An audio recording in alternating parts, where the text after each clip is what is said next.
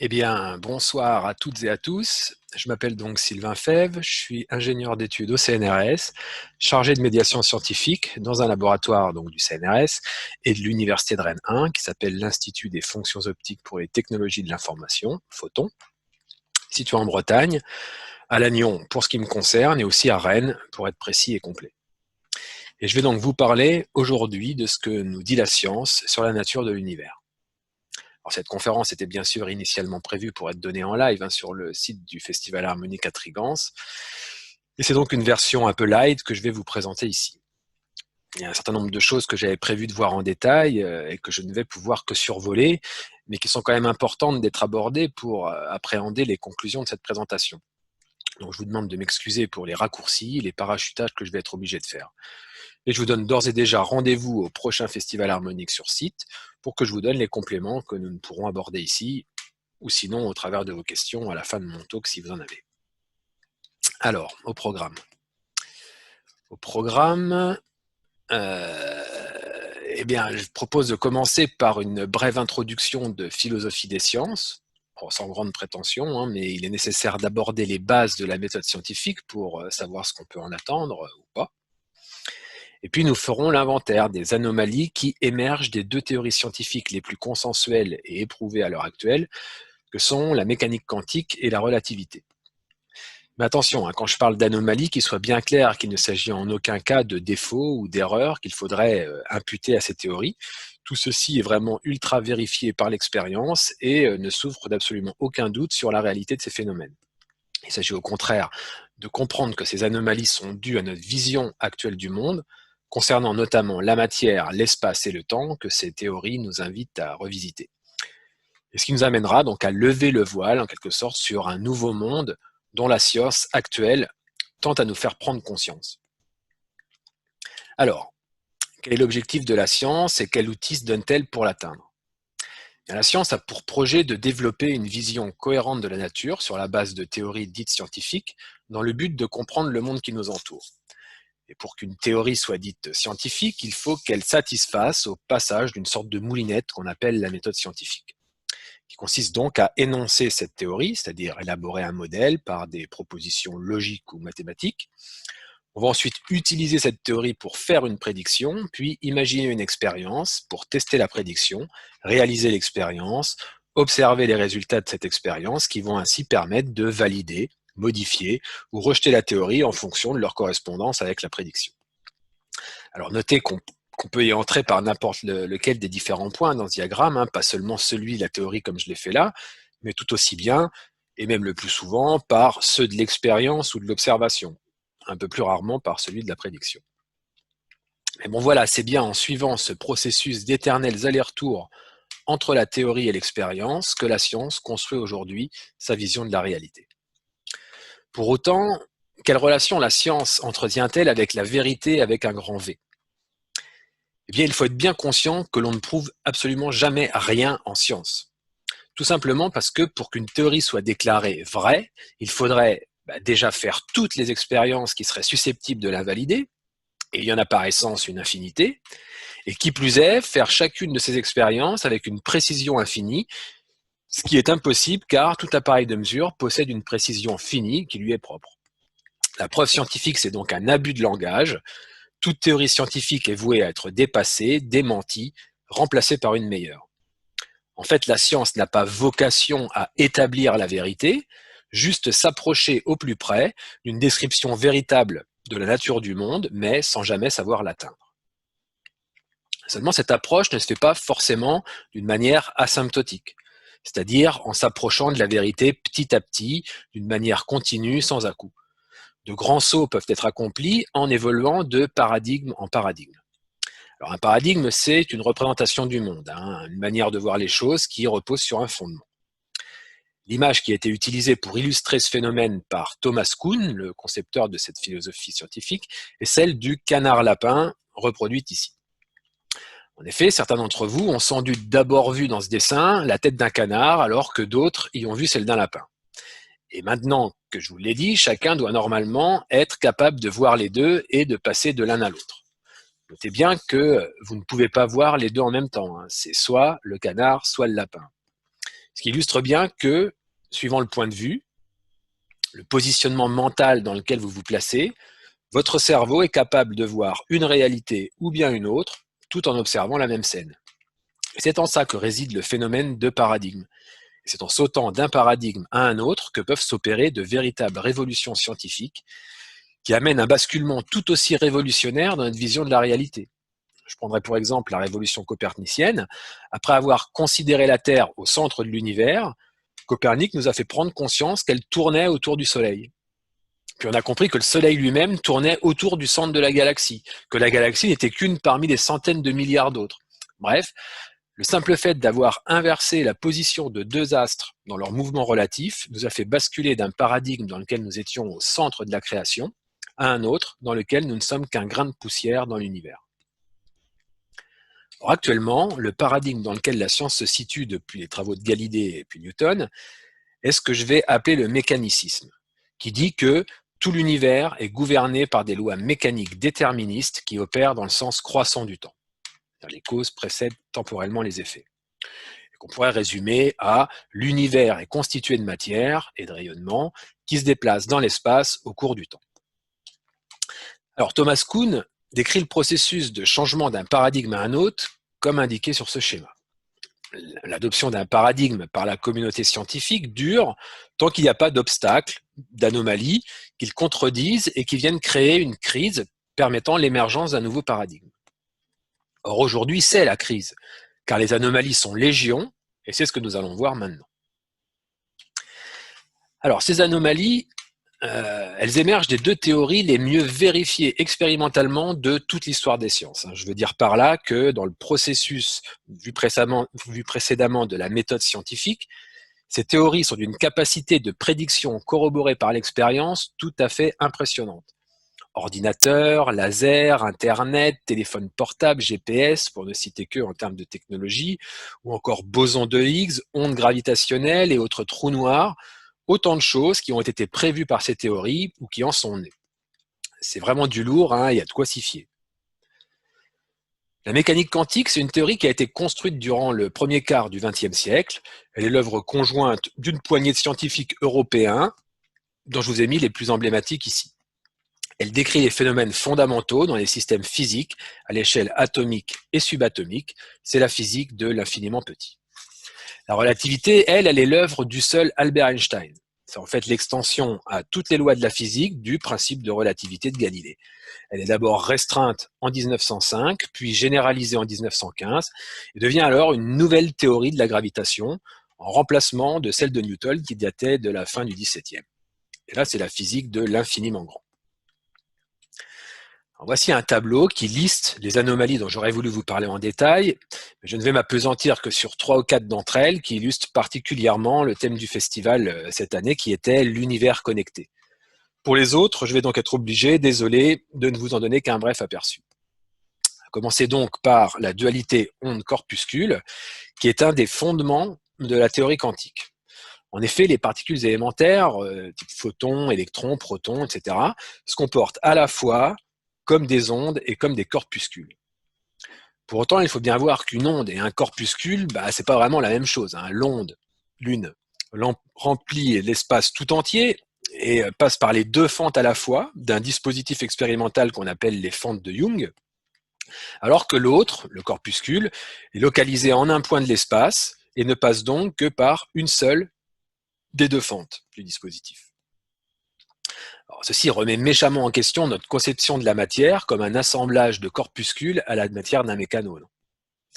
De plus, cette même expérience a pu montrer que ce choix de la particule de passer par une seule fente ou bien par les deux en même temps, c'est-à-dire de se comporter en tant que corpuscule ou en tant qu'onde, pouvait se faire après que la particule ait déjà effectué le trajet dans le dispositif. On a alors affaire à de la rétrocausalité, tiens donc. Pour ce qui est du problème de la mesure en mécanique quantique, il exprime le fait qu'un objet quantique est dans une superposition d'états tant qu'on n'a pas fait de mesure sur lui. En mécanique classique, un objet est soit dans un état A, soit dans un état B. Il ne peut pas être dans un état A et B à la fois. C'est le paradoxe dit du chat de Schrödinger que vous connaissez peut-être et qui donne à un chat la possibilité d'être à la fois mort et vivant parce que dépendant de l'état d'une particule quantique qui est elle-même dans un de ces fameux états superposés. On parle alors de multivers quantique. Il y aurait un univers dans lequel le chat serait mort et un autre univers dans lequel il serait vivant. Et l'indéterminisme sur l'état de la particule, et donc du chat, n'est levé qu'au moment où on pratique une mesure de la grandeur qui nous intéresse, c'est-à-dire quand on ouvre la boîte. On ne sait pas d'où vient l'information qui détermine le système au moment de la mesure. Elle nous apparaît totalement aléatoire. On ne peut pas prédire le résultat de la mesure, sinon en termes de probabilité. Ici, donc, la probabilité de désintégration de la particule qu'on sait évaluer. Et pire encore, ce comportement des objets quantiques ne s'est déterminé qu'à partir du moment où un observateur viendrait s'enquérir de leur état, remet gravement en question le réalisme scientifique qui dit qu'il existe une réalité extérieure, une réalité en soi, indépendante de l'existence d'observateurs. Ben oui, le monde doit bien exister sans que personne n'ait besoin d'être là pour l'observer. Ben apparemment pas. Pour ce qui est de l'intrication, qui remet en question le principe de localité, on en parlera plus précisément juste après. Idem pour la constance de la vitesse de la lumière et l'univers bloc de la relativité qui font littéralement exploser notre conception classique du temps. Le temps et l'espace deviennent d'ailleurs des objets physiques pas très différents l'un de l'autre. On ne parle désormais plus d'espace et de temps, mais d'espace-temps. Et l'espace, en l'occurrence, n'est plus du tout la boîte vide dans laquelle tout se passe, tel que l'avait décrit Newton. Au contraire, l'espace est devenu un objet dynamique ayant sa propre histoire. Il est déformable, extensible, troué, en vibration, pixelisé, convertible en temps. Bref, l'espace n'est plus vraiment de l'espace. On parlera aussi de la constitution de la matière, dont on ne sait plus très bien de quoi elle pourrait être faite, sinon de vide et de vibration. Vibration de cordes ou de l'espace lui-même, dans les théories de grande unification que sont la théorie des cordes ou la gravité quantique à boucle, qui cherche à concilier la mécanique quantique et la relativité, qui à ce jour restent incompatibles entre elles. Autre anomalie. Nous verrons aussi que l'énergie totale de l'univers pose un gros problème quant à savoir de quoi le vide est constitué, sinon de toute autre chose que du vide. Et on pourrait aussi s'interroger sur l'antimatière, dont l'existence est avérée et qui devrait donc être tout aussi abondante que la matière, mais nous ne savons pas la situer dans l'univers. Où est donc passée l'antimatière? Nul ne le sait pour l'instant. Voilà, autant de sujets qui remettent en question tout un tas de principes fondateurs de notre paradigme actuel. Alors, je vous ai dit vouloir vous donner un peu plus d'informations concernant les 3-4 sujets marqués d'une flèche. En commençant donc par cette conception d'univers bloc issu de la relativité. Alors, comme je vous le disais, la relativité d'Einstein s'est construite en 2 étapes. La première, la relativité restreinte en 1905, elle étend le principe de relativité de Galilée à toute la physique, électromagnétisme inclus. Einstein en déduit que rien dans l'univers ne peut se déplacer plus vite que la lumière et que la vitesse de la lumière dans le vide est la même dans tous les référentiels inertiels. Elle ne dépend ni du mouvement de la source, ni de celui de l'observateur. La conséquence de cette observation, c'est que l'écoulement du temps sur une horloge dépend du référentiel dans lequel on se place pour faire la mesure. Ce qui veut dire que 2 personnes n'étant pas immobiles l'une par rapport à l'autre ne vieillissent pas de la même façon. Vous avez peut-être déjà entendu parler de l'histoire des jumeaux de Langevin, où 2 jumeaux se séparent le jour de leur anniversaire, l'un partant en voyage intersidéral à une vitesse proche de celle de la lumière, de telle sorte qu'à son retour sur Terre, eh bien, le jumeau resté sur Terre est alors plus âgé que le jumeau voyageur. Et ceci avec un décalage qui peut être arbitrairement grand, 10, 20, 50, 100 ans ou plus, selon la vitesse à laquelle il s'est déplacé. Et oui, les voyages forment indubitablement la jeunesse. La seconde étape, la relativité générale, est publiée en 1915. C'est une théorie de la gravitation, qu'Einstein comprend être équivalente à une accélération. La gravitation n'est alors plus une force qui s'exerce instantanément et à distance comme Newton l'avait présenté, mais la manifestation de la courbure de l'espace-temps produite par la distribution de la matière. En clair, la présence de la matière déforme localement l'espace-temps. Conséquence, l'écoulement du temps sur une horloge dépend aussi du champ gravitationnel dans lequel on est plongé pour faire la mesure. C'est-à-dire que quelqu'un qui vit au bord de la mer vieillit moins vite que quelqu'un qui vit en altitude. Bon, c'est bien sûr totalement imperceptible à cette différence de gravité, mais c'est ce qui est mis en application, par exemple, dans le film Interstellar, pour ceux qui l'ont vu. Ceci signifie que les voyages dans le temps, en tout cas dans le futur, sont possibles. Et ils ont d'ailleurs été démontrés des milliards de fois avec des horloges atomiques. Ceci nous amène en tout cas à considérer que l'espace-temps est un objet à 4 dimensions, 3 dimensions d'espace et une dimension de temps, qui existe entièrement déployé dans chacune de ces dimensions, y compris la dimension de temps, et qu'on appelle l'univers bloc.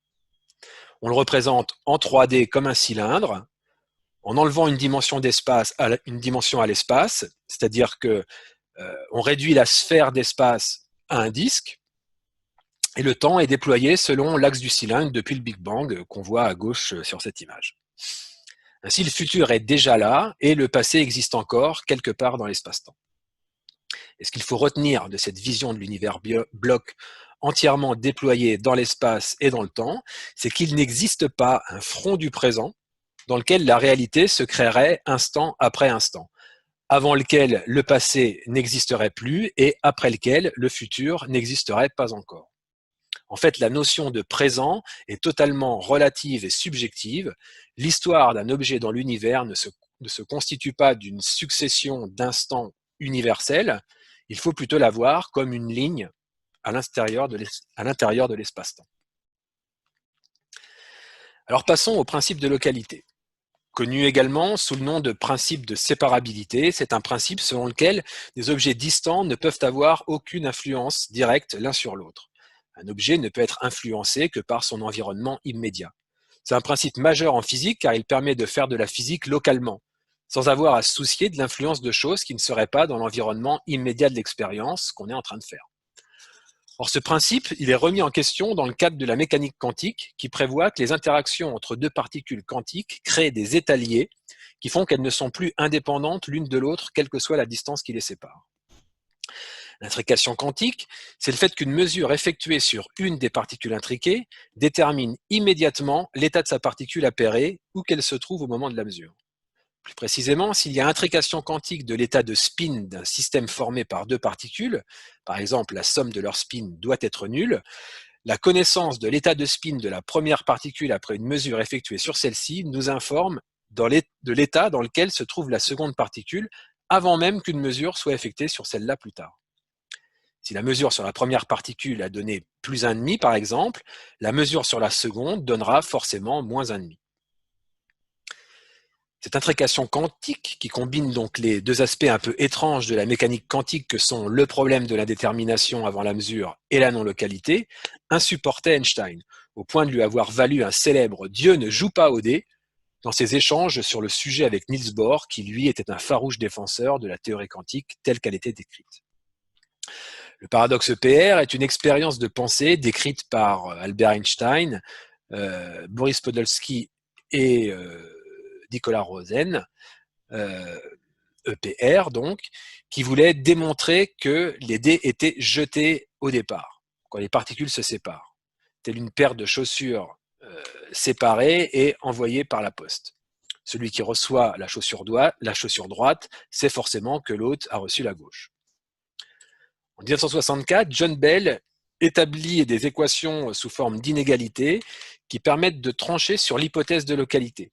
C'est-à-dire que si Einstein a raison et que les grandeurs ont une valeur prédéterminée avant la mesure, alors ces inégalités doivent être vérifiées. Il faut attendre 1981 et Alain Aspect à l'Institut d'optique à Orsay pour que l'expérience tant attendue soit réalisée et la réponse est sans appel. Les inégalités sont violées.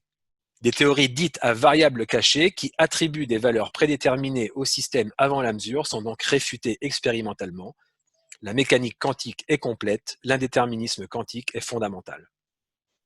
Et donc, si deux systèmes ont interagi, ils ne peuvent plus être considérés comme des entités individuelles, mais doivent être pensés comme un tout indissociable, quelle que soit la distance qui les sépare. L'espace est non local, chaque point de l'espace est potentiellement connecté à tous les autres instantanément. De plus, en 2001, l'équipe d'Antoine Suarez, avec le concours de Nicolas Gisin, refait l'expérience en utilisant des miroirs et des détecteurs en mouvement afin de montrer que la non-localité quantique pouvait être non seulement spatiale, mais aussi temporelle. Et bingo, les inégalités de Bell sont là encore violées, confirmant ainsi l'insensibilité au temps des corrélations quantiques. La conclusion tirée de cette expérience est que l'information qui était à l'origine de la corrélation entre les deux particules et qu'il est apparu qu'au moment de la mesure n'a pas pu transiter comme un signal fantôme de l'une vers l'autre. Elle était donc non seulement indépendante de l'espace, mais aussi du temps. La non-localité, ou non-séparabilité, est non seulement spatiale, mais aussi temporelle. Bref, au final, retenez qu'il est démontré que c'est au moment de la mesure que le système constitué par les deux particules est entièrement informé et que cette information provient de l'extérieur de l'espace-temps. Maintenant, regardons ce qu'il en est à propos du vide.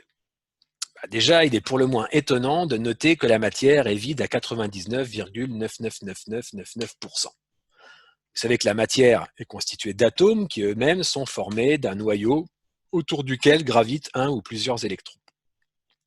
Alors, pour avoir une idée des dimensions relatives de ces différentes entités, imaginons que le noyau est la dimension d'une balle de tennis, c'est-à-dire environ 5 cm. Eh bien, à cette échelle, l'électron resterait un objet ponctuel d'une taille inférieure au nanomètre, c'est-à-dire 1 millième de millimètre. Et le nuage électronique dans lequel cet électron voyagerait, eh bien, s'étendrait sur une distance de 5 km autour de la balle de tennis. Tout le reste, c'est du vide. Vous comprenez donc que la quasi-totalité de l'espace occupé par la matière est faite de vide.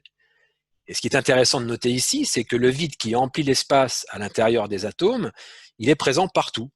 C'est une même et unique entité répandue continuellement dans tout l'univers. Et donc le vide qui est présent au cœur des atomes de mon propre corps est le même vide que celui qui est présent au cœur des atomes du vôtre. Ainsi, c'est par l'intermédiaire de ce vide que nous sommes tous interconnectés.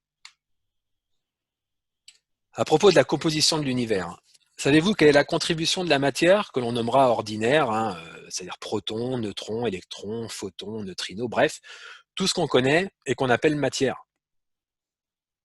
Eh bien ça, c'est 5 petits pourcents.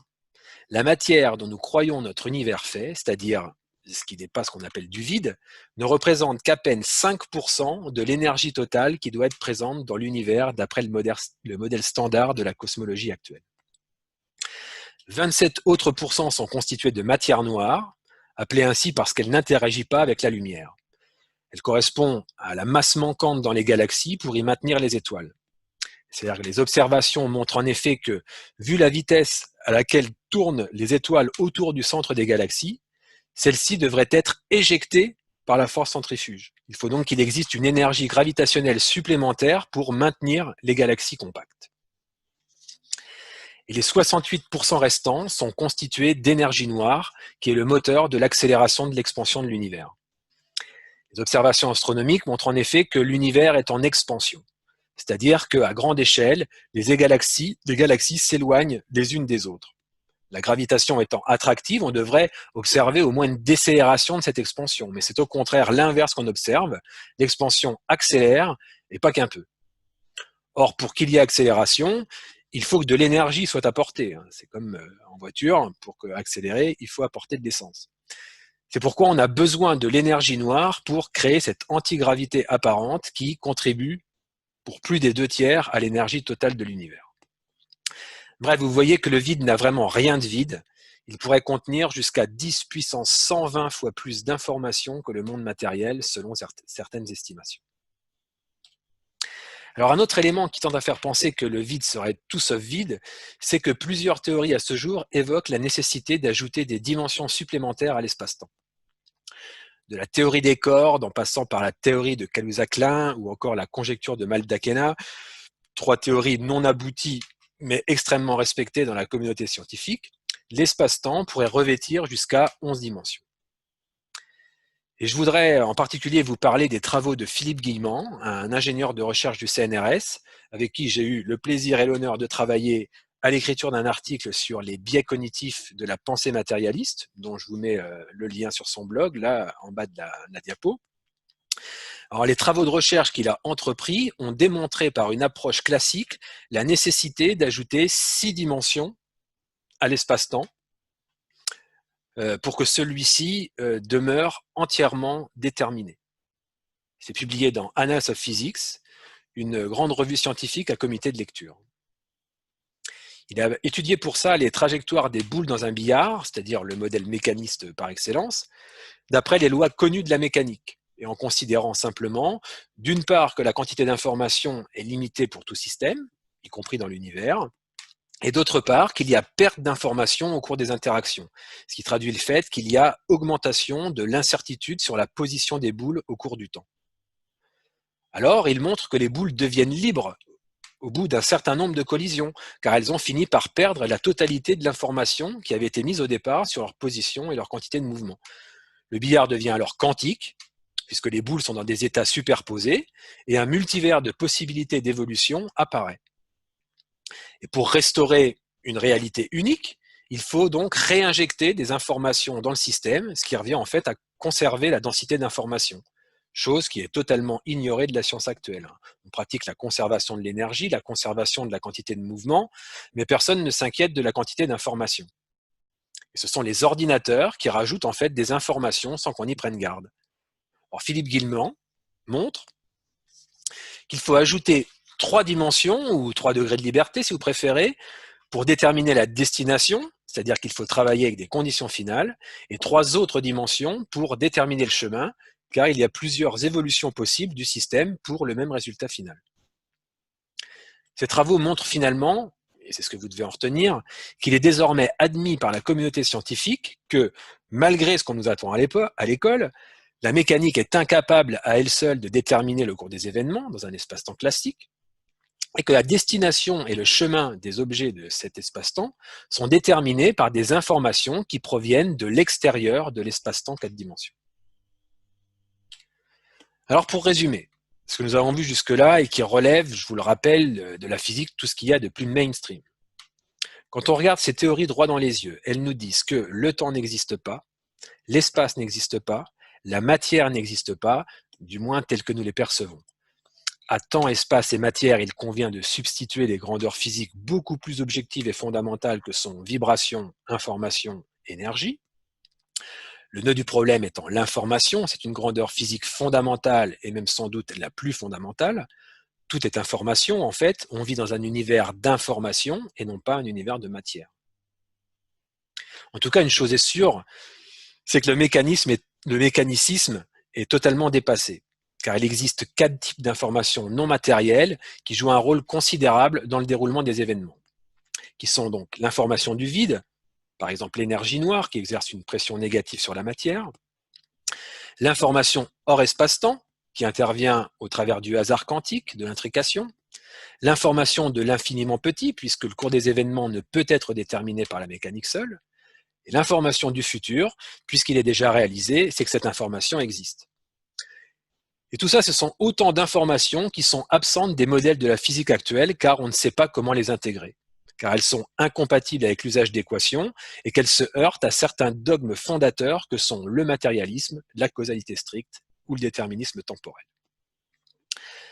Alors, quel type de monde l'existence de ces informations nous révèle-t-elle? Donc là, il faut bien voir que nous sortons du cadre de la science pour rentrer dans celui de la métaphysique. Ce nouveau paradigme, il doit immanquablement s'appuyer sur les 2 concepts forts qui émergent de ces théories et que sont donc le futur déjà réalisé et le multivers quantique. Alors, il existe aujourd'hui au moins 2 visions différentes et aucune d'elles n'est plus valide que l'autre d'un point de vue scientifique a priori. La première reste très attachée à la notion de déterminisme et considère que dans chacun des univers du multivers quantique, il existe un double de chacun de nous, conscient, et qui vit la vie prédéterminée dans cet univers. Tout y est déjà écrit et rien ne peut y être changé. Bon, libre à vous de penser ce que vous voulez sur cette théorie qui implique un nombre incommensurable d'univers physiques à 4 dimensions. Moi, je préfère de loin celle qui est développée par Philippe Guillemont et qui est à la fois bien plus économe en énergie et qui revêt un sens bien plus profond et plus rationnel à mes yeux, et que je choisis donc de vous développer ici plutôt que la première. Donc il faut déjà se faire à la notion d'un futur déjà réalisé. Alors comment l'envisager? Eh bien en se basant sur le concept que le temps doit être vu comme une dimension d'espace. Et pour ça, la métaphore du randonneur en forêt est assez efficace, je trouve. Imaginez que vous vous baladez en forêt sur un sentier, mais qu'une brume épaisse vous empêche de voir à plus de quelques mètres devant vous. Il ne vous viendrait pas à l'idée de penser que le sentier n'existe pas dans la brume et qu'il se crée au fur et à mesure que vous avancez. Eh bien, avec le temps, c'est exactement la même chose. Croire que le futur n'est pas déjà réalisé, c'est confondre la brume avec le vide.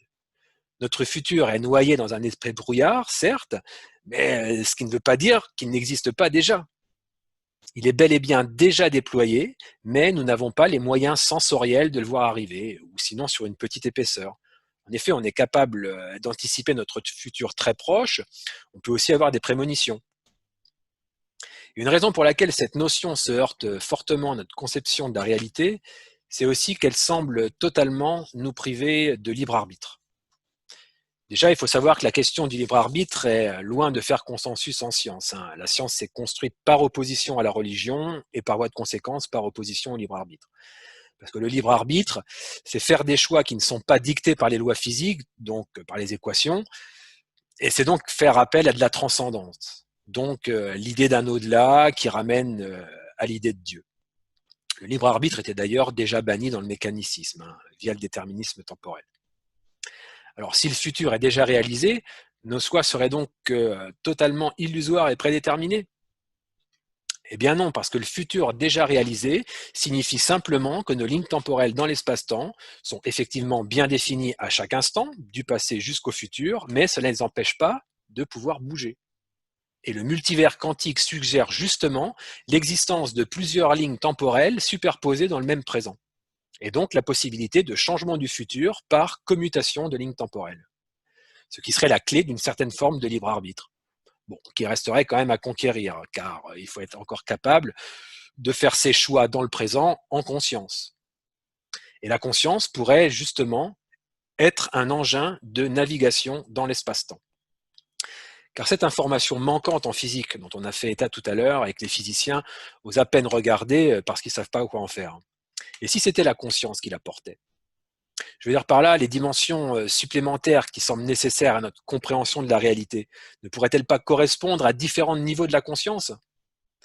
Philippe Guillemont a construit un modèle cybernétique de l'espace-temps, dont les bases sont publiées dans 3 articles dans des revues à comité de lecture que je vous ai listés ici. Il explique dans ses conférences et dans ses livres, que je vous invite ardemment à découvrir si ce n'est pas déjà fait, que le changement de paradigme réside dans le simple fait d'inverser notre conception de la conscience et d'en faire non pas un produit de notre cerveau, comme c'est le cas actuellement dans le paradigme mécaniciste, mais au contraire, la chose la plus fondamentale qui soit et de laquelle tout émerge. Et de ce nouveau point de vue, la science pourrait investiguer la plupart des phénomènes non expliqués à l'heure actuelle, tels que les perceptions extrasensorielles, les états modifiés de conscience, expériences de mort imminente, expériences de sortie de corps, des ovnis, etc.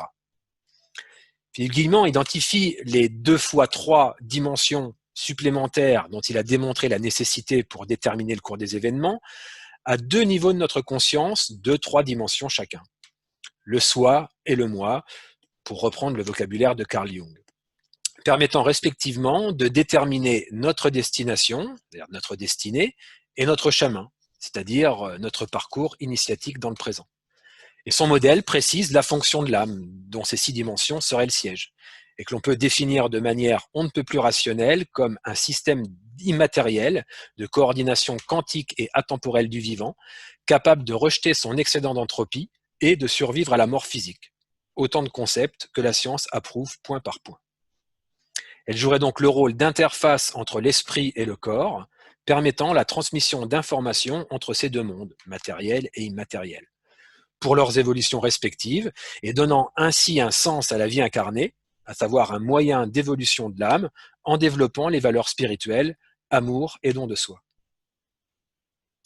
Alors pour conclure, je vous ai présenté en quoi les 2 théories scientifiques éprouvées, que sont la mécanique quantique et la relativité, bousculent nos conceptions de l'espace, du temps et de la matière qui n'existent pas telles que nous les percevons. Le cerveau serait un système de filtrage de la réalité qui est bien plus complexe et complète que ce que nous en percevons par nos sens. Passé, présent, futur qui sont simultanés et superposition d'une infinité de réalités quantiques. Le paradigme actuel ne tient plus car les piliers sont effondrés, matérialisme, causalité stricte, déterminisme temporel, mais ces 2 théories sont toutefois incomplètes car incompatibles entre elles. Alors il y a une forte probabilité d'existence d'un niveau de réalité, d'information, en dehors de l'espace-temps à 4 dimensions. La conscience semble pouvoir jouer un rôle fondamental dans le processus de détermination de la réalité, en tout cas la mécanique seule en est incapable, et le futur déjà réalisé de la relativité générale, associé au multivers de la mécanique quantique, pourrait être la clé de notre libre arbitre, nous permettant d'envisager la construction d'un futur sur la base de nos intentions. Alors voilà, j'espère que je vous ai convaincu que la physique aujourd'hui nous ouvre des perspectives beaucoup plus réjouissantes que ce qu'il n'y paraît en ce début de millénaire, avec ce monde transhumaniste qui se dessinait jusqu'alors. Elle nous invite à faire la bascule vers un monde moins mécanique, donc plus humain, et moins déterministe, donc plus ouvert à la création. Et les événements actuels pourraient justement être une formidable opportunité pour que ce basculement s'opère. Voilà, je vous remercie de votre attention et je te redonne la main, Fabrice, pour répondre à vos questions si vous en avez.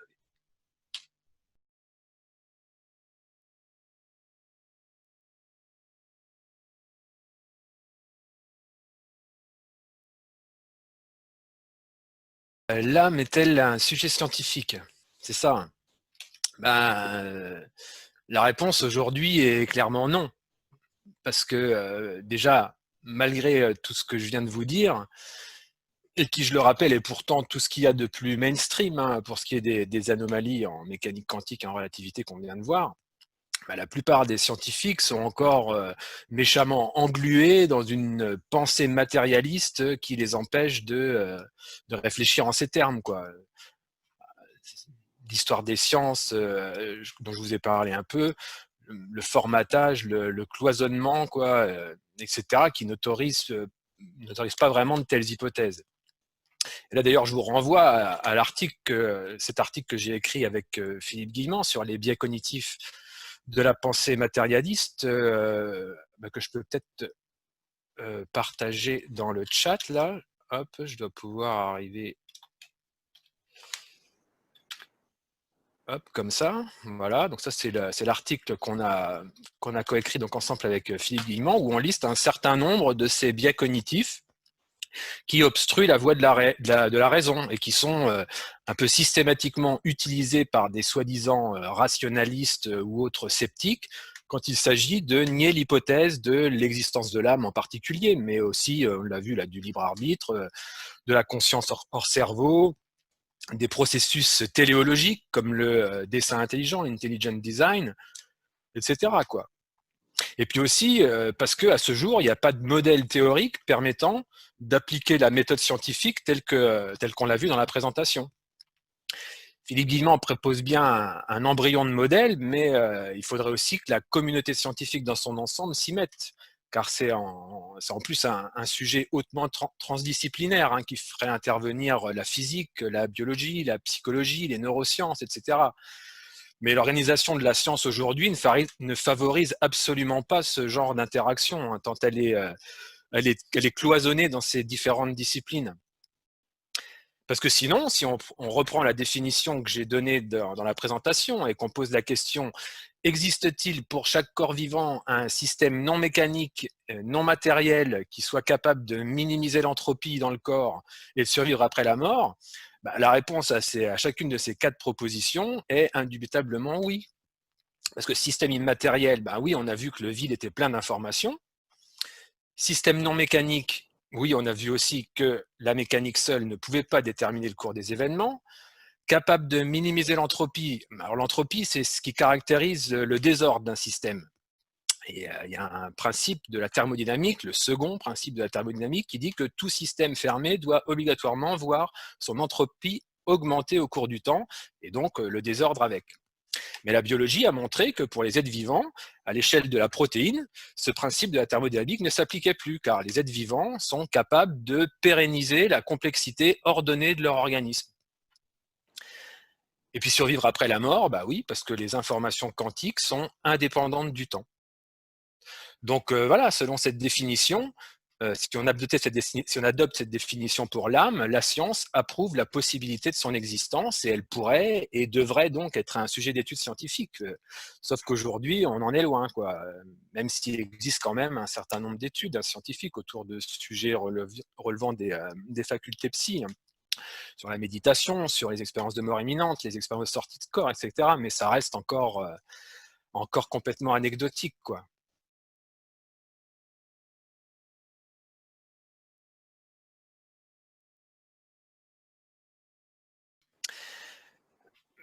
Oui, c'est pour ça qu'il faut voir la conscience comme un engin de navigation dans l'espace-temps. Parce que le futur étant déjà réalisé, on peut le voir un peu comme un territoire avec des chemins, des routes, des embranchements. Et dans la métaphore que j'ai utilisée tout à l'heure du randonneur dans la brume, vous avez compris que le territoire du temps nous est caché dans cette espèce de brouillard que nos sens ne permettent pas de percer, ou alors sinon sur une très faible épaisseur. Ce qui fait qu'on ne voit pas arriver les embranchements, les événements devant lesquels nous aurions des choix à faire, le choix du chemin qu'on va prendre, quoi, et qui détermine la nature du futur qu'on va vivre.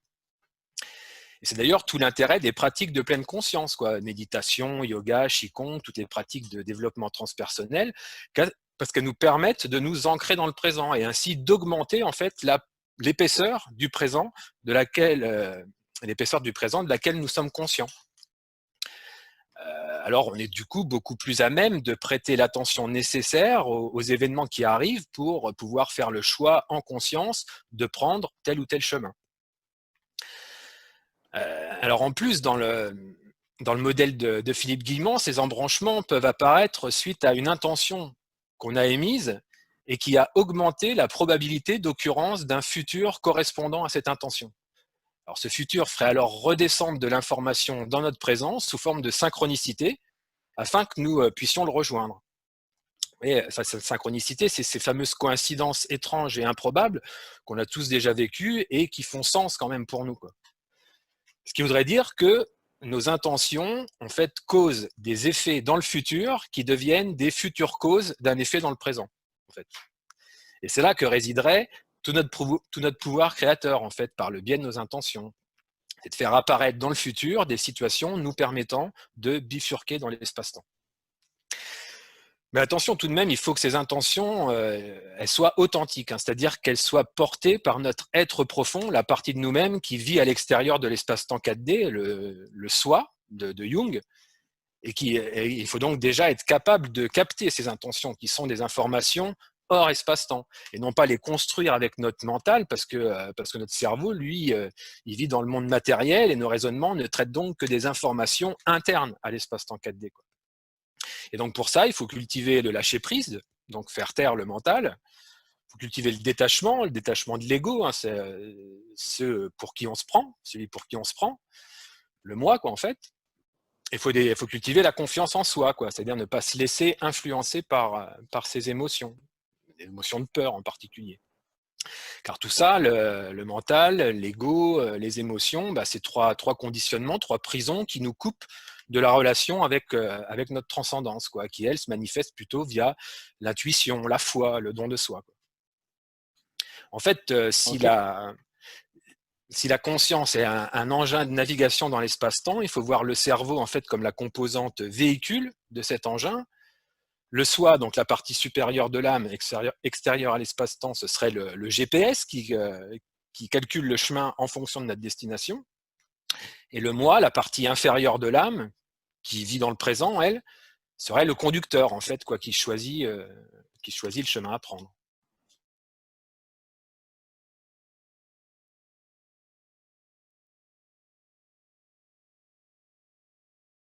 Bah, c'est ce qu'on peut espérer aujourd'hui, ouais. C'est ce qu'on peut espérer aujourd'hui, parce qu'en fait, on observe vraiment une convergence, quoi, en fait, entre ce que nous dit la science, quoi, et puis ce que nous disent les traditions spirituelles millénaires, quoi. En fait, euh, tout ça, en fait, quoi, finit par revêtir à peu près le même discours, quoi. Puisque, en fait, justement, la science est en train de nous montrer, en fait, qu'il existe une réalité en dehors de la réalité, quoi, qu'on a l'habitude de capter, quoi, en fait, avec nos cinq sens, comme ça, quoi, et que la science, jusqu'à aujourd'hui, ne considérait finalement, quoi, qu'être la seule chose avec laquelle il était possible de traiter, quoi, alors qu'a priori, justement, ces deux théories, la relativité et mécanique quantique, nous disent qu'au contraire, quoi, ce qu'on avait élaboré jusque-là, il va falloir le revisiter un petit peu, quoi.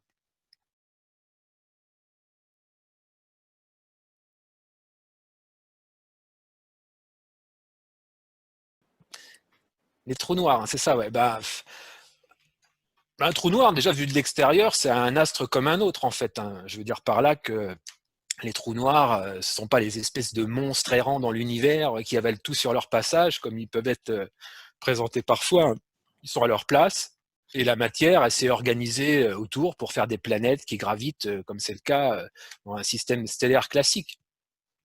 Le trou noir, ça se forme à la mort d'une étoile, lorsqu'elle a épuisé tout son carburant nucléaire, et donc que la matière n'est plus expulsée vers l'extérieur par les réactions nucléaires.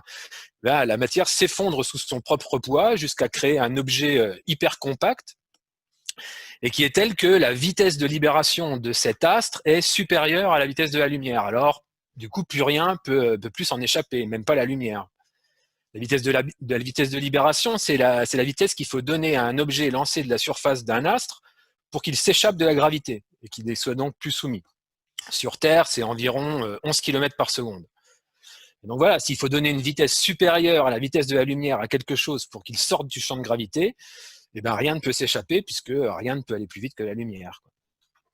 Donc ça, c'est comment ça se forme. Maintenant, qu'est-ce que c'est physiquement?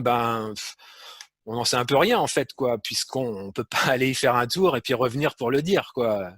Euh, mais bon, ce que les équations nous disent, en tout cas, c'est une thèse défendue, par exemple, par Aurélien Barraud ou Carlo Rovelli, deux figures emblématiques qui travaillent sur la gravité quantique à boucle. C'est que passer l'horizon du trou noir, c'est-à-dire quand on n'a pas passé le point de non-retour, l'espace et le temps se mutent l'un dans l'autre en quelque sorte. C'est-à-dire que le temps se change en espace et l'espace se change en temps. Ou encore, on peut le voir comme le fait que le temps s'inverse à l'intérieur du trou noir, c'est-à-dire qu'il s'écoule à l'envers. En fait, quand on s'approche d'un trou noir, vu de l'extérieur, le temps semble ralentir jusqu'à s'annuler sur l'horizon du trou noir et puis s'écouler en sens inverse à l'intérieur. Et il n'est pas interdit d'imaginer que les trous noirs soient reliés à des trous blancs derrière, c'est-à-dire des objets célestes inverses desquels tout ne peut que sortir et rien ne peut rentrer, et qui rejetteraient donc l'information qui a été engloutie dans le trou noir. Et si le temps s'inverse dans le trou noir, cela pourrait vouloir dire que, euh, que cette information y est en quelque sorte recyclée en remontant le temps pour être réinjectée plus loin dans le futur. Parce qu'en fait, on peut voir l'écoulement du temps non pas comme quelque chose qui nous fait avancer vers notre futur, mais plutôt voir le futur comme un flux d'informations qui viendrait vers nous. C'est strictement identique, hein, puisque c'est un mouvement relatif.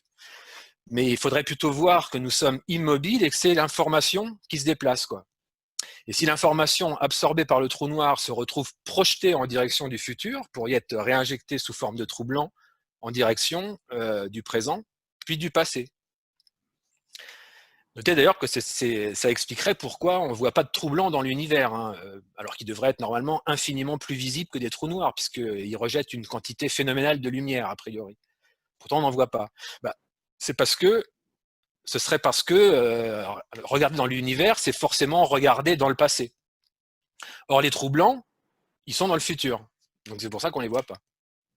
On peut même aller plus loin dans cette interprétation en imaginant qu'entre le trou noir et le trou blanc, l'information est recyclée dans un univers d'antimatière, cette fameuse antimatière dont on ne sait pas situer. Eh bien, elle pourrait former un univers conjugué d'une autre dans lequel le temps s'écoule en sens inverse. Et les trous noirs seraient en quelque sorte des portes d'accès à l'autre moitié qui aurait une polarité yin de notre univers. Ça, c'est un petit clin d'œil pour Gilles, mon excellent prof de Qigong, qui est peut-être là en train de nous écouter et qui va sans doute adorer cette vision taoïste des deux moitiés d'univers, yin et yang, dont on passe de l'un à l'autre par des trous noirs et des trous blancs, ce qui est d'ailleurs exactement ce qui est représenté sur le symbole du Tai Chi Tu, le symbole du yin et yang entremêlés. Là.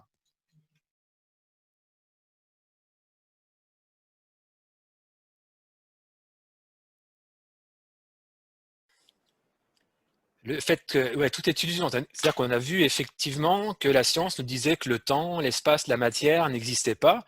Mais attention, il faut bien préciser tels que nous les percevons. Parce qu'il est bien évident qu'il n'est pas question de remettre en cause nos sensations d'espace, de tangibilité de la matière ou d'écoulement du temps, hein.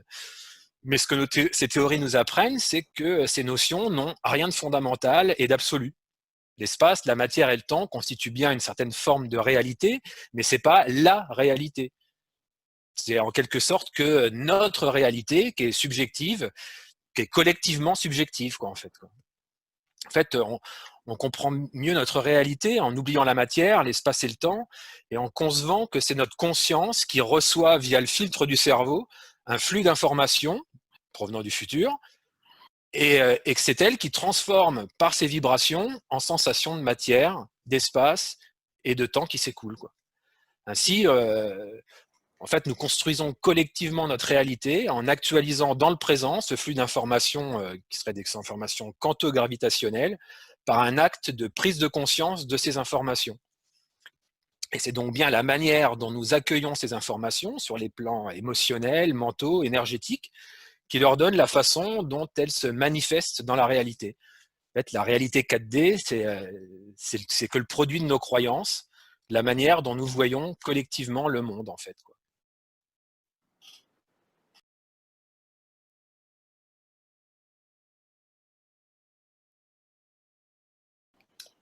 Merci. Merci, merci à tous. Et Fabrice. à bientôt à Trigance alors.